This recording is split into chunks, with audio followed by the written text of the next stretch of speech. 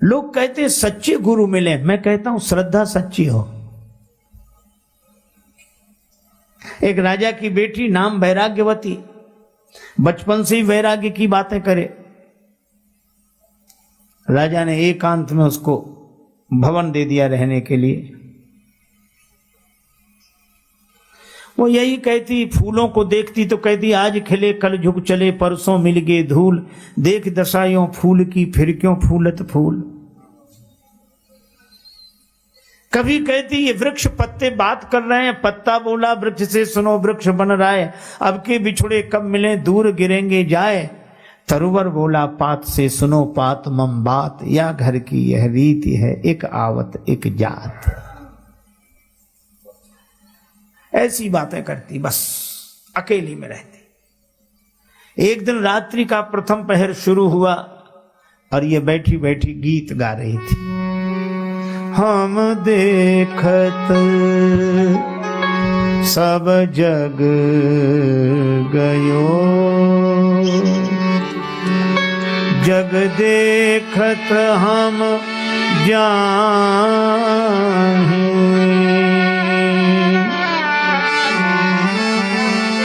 ऐसो सद्गुरु ना मिल्यो,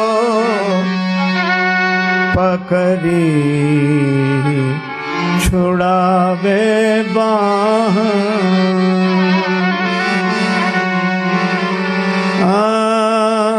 रहना नहीं देश बिराना है, रहना नहीं देश बिराना है, रहना नहीं देश बिराना है। यह संसार नाव कागज की, यह संसार नाव कागज की, बूंद पड़े भूल जाना है, बूंद पड़े भूल जाना है, रहना नहीं देश बिराना है, रहना नहीं देश बिराना है। कहत कबीर सुनो भाई साधो, कहत कबीर सुनो भाई साधु, सद्गुरु नाम ठिकाना है, सद्गुरु नाम ठिकाना है। मोह लागी लगन गुरु चरणन की, मोह लागी लगन गुरु चरणन की, मोह लागे लगन गुरु चरणन की, मोह लागे गुरु चरणन की। ऐसो सद्गुरु ना मिलो। ये गीत गा रही थी वैराग्यवती, उसके भवन के पीछे एक चोर नकब लगा रहा था। उसने सुना कि इस राजकुमारी को तो सद्गुरु की आवश्यकता है। वो बाबा जी बन गया। बाबा जी होने में कठिनाई, बनने में कौन सी कठिनाई। घर में हुई खटपट, चलो गुरु जी के मठ पर, गुरु जी ने काटी चोटी, मांग खा बेटा रोटी, बन गए। देखो हम लोग जब संत बनते तो मुड़ते हैं, हम लोग साधु बनते हैं तो गुरु जी मुड़ते हैं। मोड़ दिया, मुड़ गए, अर्थात जगत से जगदीश की ओर मुड़ गए, प्रपंच से परमार्थ की ओर मुड़ गए, असत्य से सत्य की ओर मुड़ गए। इसीलिए मुड़ गए। तीर्थ में जाएं तो जरूर मुड़े, पर हमारे एक परिचित सज्जन है, उन्हें अच्छी तरह जानते हैं। वो सप्ताह में 2 बार मुड़ते हैं, पर आज तक नहीं मुड़े। को बढ़िया मिले, लोग कहें महाराज। तो बनने में क्या कठिनाई, बन गए। और बाबा जी बनकर सदगुरु रूप बनाकर वैराग्यवती के सामने, वैराग्यवती ने देखा नारायण हरि कर रहे हैं कोई रात्रि के समय। महाराज प्रणाम, जल पी, हाँ प्यासा हूं, जल पिलाओ। लेकिन सुनो सुनो, तुमने दीक्षा ली? नहीं दीक्षा नहीं। तब मैं तुम्हारे हाथ का पानी नहीं पीऊंगा। इसने दीक्षा ही नहीं ली, उसके हाथ का पानी क्या पीना। जाने लगे। वैराग्यवती ने कहा कि जाओ मत, आप ही दीक्षा दे दो मुझे ताकि मैं आपको जल पिला सकूं। बोला हम विरक्तों की दीक्षा ऐसे घरों में नहीं होती, जंगल में चलो। वैराग्यवती ने कहा कि मेरा तो कल्याण हो, मैं जंगल में चलने को तैयार हूं। अच्छा अच्छा ठीक है, अपने आभूषण रुपया पैसा गहना जीवर सब रख लेना। राजकुमारी ने सब रख लिया और संत के साथ चल दी। उस तथाकथित संत के साथ, जो संत था ही नहीं, घोर जंगल में जाकर उसने वैराग्यवती को एक वृक्ष से बांध दिया। वृक्ष के किनारे खड़ी करके रस्सी चारों तरफ से लपेटी, बांध दिया और बोला देख ये गुरुजी का बांधा हुआ बंधन है, हम 7 दिन बाद आके खोलेंगे, यहीं बंधी रहना।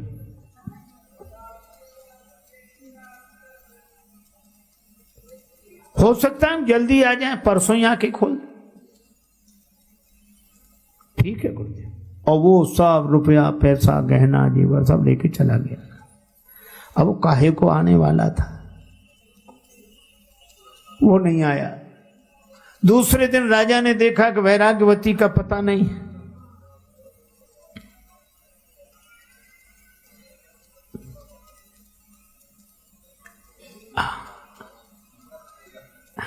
विराजे विराजे महाराज।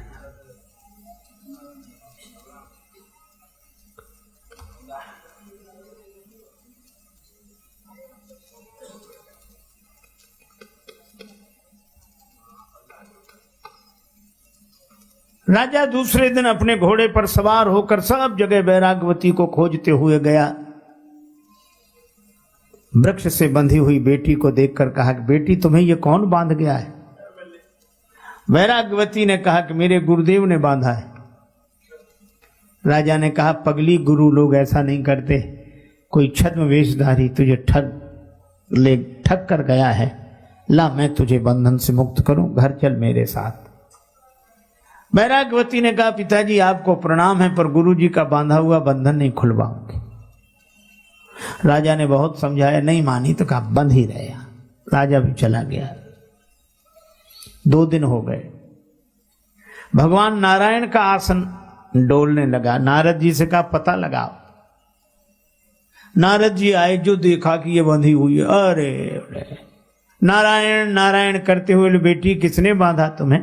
मैं तुम्हें बंधन से मुक्त कर देती हूं, मुझे जानती हो? प्रणाम किया बेटी ने। आप देवर्षि नारद हैं, मैं प्रणाम करती हूं। अरे तुम्हें कोई ठग बांध गया, मैं खोलता हूं, मुक्त हो जा। महाराज आप देवर्षि हैं, मैं प्रणाम करती हूं, लेकिन गुरुजी का बांधा हुआ बंधन नहीं खुलवाऊंगी। अरे गुरुजी, काहे के गुरुजी तुम्हें बांध कर चले गए? उनके बंधन की यही तो महिमा है कि तीसरे दिन ही आपका दर्शन हो गया। अगर वो न बांध कर गए होते तो आपका दर्शन होता। अब वो न माने। नारद जी गए भगवान के पास कि प्रभु चलो। भगवान स्वयं आए। भगवान नारायण चतुर्भुजी रूप, मंद मंद मुस्कुराते हुए भगवान ने कहा कि बेटी मैं भगवान नारायण हूं, मैं तुम्हें बंधन से मुक्त कर देता हूं। मेरे दर्शन के लिए ही सारी साधनाएं की जाती हैं। तुम्हें जो बांध गए वो अच्छे व्यक्ति नहीं मालूम होते, मैं तुम्हें बंधन से मुक्त कर देता हूं। पर वैराग्यवती बोली प्रभु क्षमा करें, आपका दर्शन हुआ, आपको मैं बार बार प्रणाम कर रही हूं, पर गुरुदेव का बांधा हुआ बंधन तो उन्हीं से खुलवाऊंगी। भगवान भी हार गए। नारद जी से बोले नारद जी इनके गुरु जी का पता करो कहाँ है। नारद जी ने कहा कि प्रभु क्या ठिकाना? बोले कहीं ना कहीं नकब लगाते हुए मिल ही जाएंगे, ढूंढो। नारद जी गए, सचमुच वो एक घर के पीछे नकब लगा रहा था। तब तक नारद जी ने कहा नारायण नारायण, चौंक कर देखा। नारद जी मुस्कुराए, बोले चलो भगवान बुला रहे हैं। बोले हमें और भगवान बुलाए? मैं तो जन्म का चोर हूं। नारद जी ने कहा कि वो जिस शिष्या को बांधा है उसे बंधन से मुक्त करो। भगवान वहीं खड़े हैं। बेचारा सकुचाता हुआ आया, सिर नीचे किए, भगवान को प्रणाम किया। भगवान बोले गुरुदेव शिष्या को बंधन से मुक्त करो। बेचारे ने लजाते हुए बड़े संकोच से रस्सी खोली, पर वैराग्यवती जैसे ही अलग आकर खड़ी हुई, उसने हाथ जोड़े। किसके? का गुरु गोविंद दो खड़े काके लागू पाए, और बलिहारी गुरुदेव की जिन गोविंद दिए मिलाए। यह है वैराग्यवती की सच्ची श्रद्धा। तो गुरुदेव की महिमा तो अपार है, लेकिन अगर सच्ची श्रद्धा हो तो द्रोणाचार्य से एकलव्य बाण विद्या द्रोणाचार्य की मूर्ति से सीख सकते हैं। तो गुरुदेव के प्रति सच्ची श्रद्धा जीवन में क्या चमत्कार नहीं करती। इसीलिए श्रद्धावान लभते ज्ञानम। पर इस कथा का उद्देश्य यह नहीं है कि गुरु ऐसे ही होने चाहिए। अपनी श्रद्धा सच्ची होनी चाहिए, और भगवान की कृपा से हमें गुरुदेव मिले। और गुरुदेव का द्वार है, दीवार नहीं। दीवार और द्वार में ज्यादा अंतर नहीं है। दीवार में से कुछ निकाल दो तो दीवार ही द्वार है, और द्वार में कुछ लगा दो तो द्वार ही दीवार है। जिनके पास अहंकार का कुछ लगा है, द्वार ही दीवार बन गया है, और अहंकार का कुछ निकल गया तो दीवार ही द्वार बन गई है। अपनी खुदी ही पर्दा है दीदार के लिए, वरना कोई नकाब नहीं यार के लिए। इसीलिए भाई, जो भगवान के रंग में रंगे हों, भगवान से अभिन्न हो गए हों, ऐसे गुरुदेव की शरण श्रद्धा पूर्वक लें।